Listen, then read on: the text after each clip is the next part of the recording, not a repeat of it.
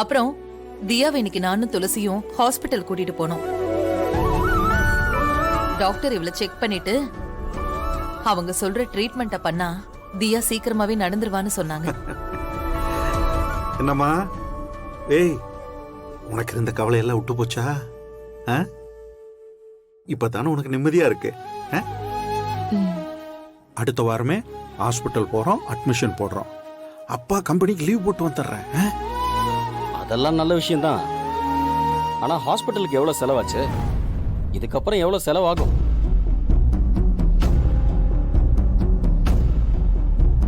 அது ஒவ்வொரு மாசமும் ஹாஸ்பிட்டல்ல ஒவ்வொரு ட்ரீட்மெண்ட் பண்ணுவாங்களா? அதுக்கு மட்டும் செலவு பண்ணா போதுமா? குழந்தை நடந்துருவான்னு சொல்லிட்டாங்க, அதுவே போதும். அதெல்லாம் சரிதாம்மா. பணம் எவ்வளவு செலவாகும் அத முதல்ல சொல்லுங்க.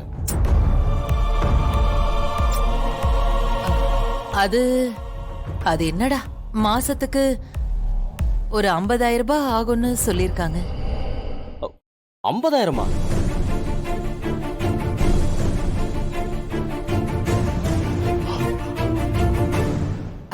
அது இல்ல ரகு, நம்ம டாக்டர் ரொம்ப நல்லவங்க. அவங்களோட ஃபீஸ் அது எல்லாமே கூட குறைச்சிட்டு ஒரு 30,000க்குள்ள பண்ணலான்னு சொல்லிருக்காங்க.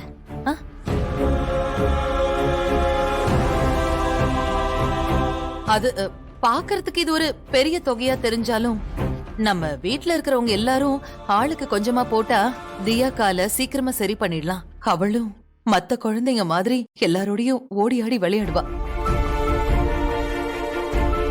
ஆமா அத்தை.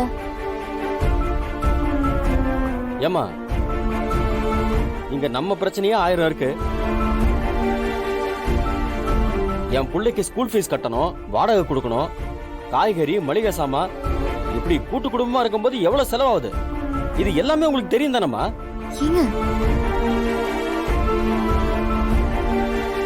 இதுல இந்த குழந்தைக்கு வைத்தியம் பண்றதுக்கு பணம் வேணும்னா எங்க போவோம்? ஏமா உங்களுக்கு 30,000 அவ்வளவு ஈஸியா போச்சா?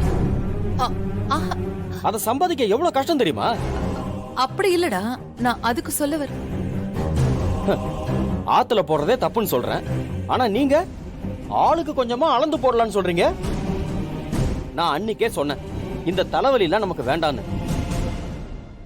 அந்த குழந்தை செலவுக்குன்னு மாசம் மாசம் பணம் வாங்கிக்கலாம்னு சொன்னேன். நான் வெற்றிக்கிட்ட சொல்றேன். பாப்போம். நான் ஏற்கனவே ஏகப்பட்ட பிரச்சனையில இருக்கேன். இதுல நீங்களும் பிரச்சனையை சேர்ந்துக்காதீங்க. டேய் வெற்றி, பப்ளிக் தினம் 100 பிரச்சனைன்னு சொல்லி போன் மேல போன் பண்ணிட்டு இருக்காங்கடா. நீ வர வர எதையும் கவனிக்க மாட்டேங்கிறடா. எதையோ பறி கொடுத்த மாதிரி இருக்கு. என்னடா விஷயம்? எனக்கும் போன் பண்றாங்கப்பா, நான் பாத்துக்கிறேன். வெற்றியை சீக்கிரமா வந்து சாப்பிட சொல்லு, நேராச்சுல. சொல்றேம்மா. டேய் பா, டைம் ஆச்சு, போ போய் சாப்பிடு. போடா, போய் சாப்பிடு போ.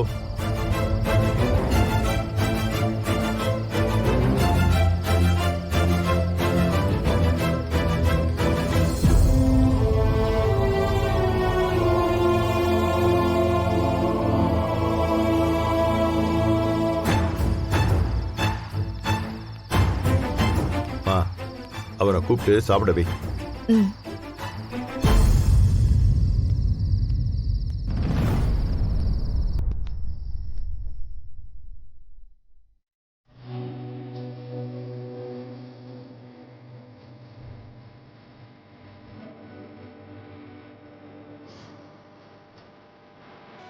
வெற்றி, அண்ணி ஏன் டல்லா இருக்கீங்க? என்கிட்ட கூட சொல்ல மாட்டீங்களா? அண்ணி, என்னை பார்த்தாலே எரிஞ்சு எரிஞ்சு விடுறாங்க. சும்மா எதர்ச்சியா பார்த்தா கூட என்ன பார்க்க தானே வந்தீங்க, உங்களுக்கு வேற வேலையே இல்லையான்னு கேக்குறாங்க.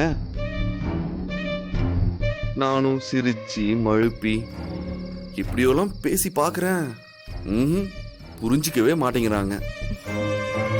என்ன வெற்றி, நீங்க பேசின அடுத்த நிமிஷமே அவங்க ஓகே சொல்லிடணும்னு நினைக்கிறீங்களா? வெற்றி, காதல்னா கஷ்டப்படணும். இந்த பொண்ணுன்னு மட்டும் இல்ல, வேற எந்த பொண்ணை நீங்க லவ் பண்ணாலும் இதெல்லாம் நீங்க ஃபேஸ் பண்ணி தான் ஆகணும். விடாம ட்ரை பண்றது எவ்வளவு முக்கியமோ அதே அளவு பொறுமையும் ரொம்ப முக்கியம். ரெண்டும் இருந்தா மட்டும்தான் லவ்ல ஜெயிக்க முடியும். எவ்வளவு நாள் தான் வெயிட் பண்றது சொல்லுங்க? பசங்களுக்கு ஒரு பொண்ணை பிடிச்சிருக்குன்னா டக்குன்னு லவ் சொல்லிடுவாங்க. ஆனா வெற்றி, பொண்ணுங்களால அப்படி சொல்லவே முடியாது. பிடிச்சவங்களா இருந்தாலுமே அவங்க நிறையவே யோசிப்பாங்க. நீங்க தான் புரிய வைக்கணும். எலெக்ஷனுக்கு ஓட்டு கேட்டு போறதை விட இது கஷ்டமா இருக்கு.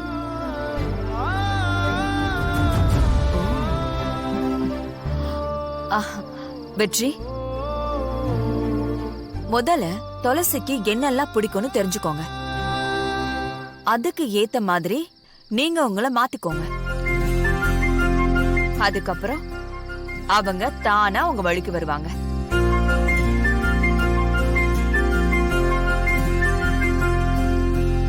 சரி, யோசிச்சது போதும், சாப்பிட வாங்க. சரிங்க நீ.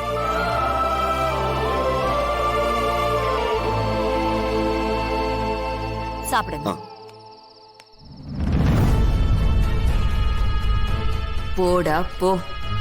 உன்னை நான் அந்த பொண்ணு பின்னாடி சுத்த வச்சு உன்னை பைத்தியக்காரனா ஆக்கி எல்லாத்தையும் நான் அழிப்பேன். என் வீட்டுக்காரரை எம்எல்ஏவா ஆக்குவேன். அதுக்கப்புறம் இந்த வீட்டுக்கு நான் தான் மகாராணி.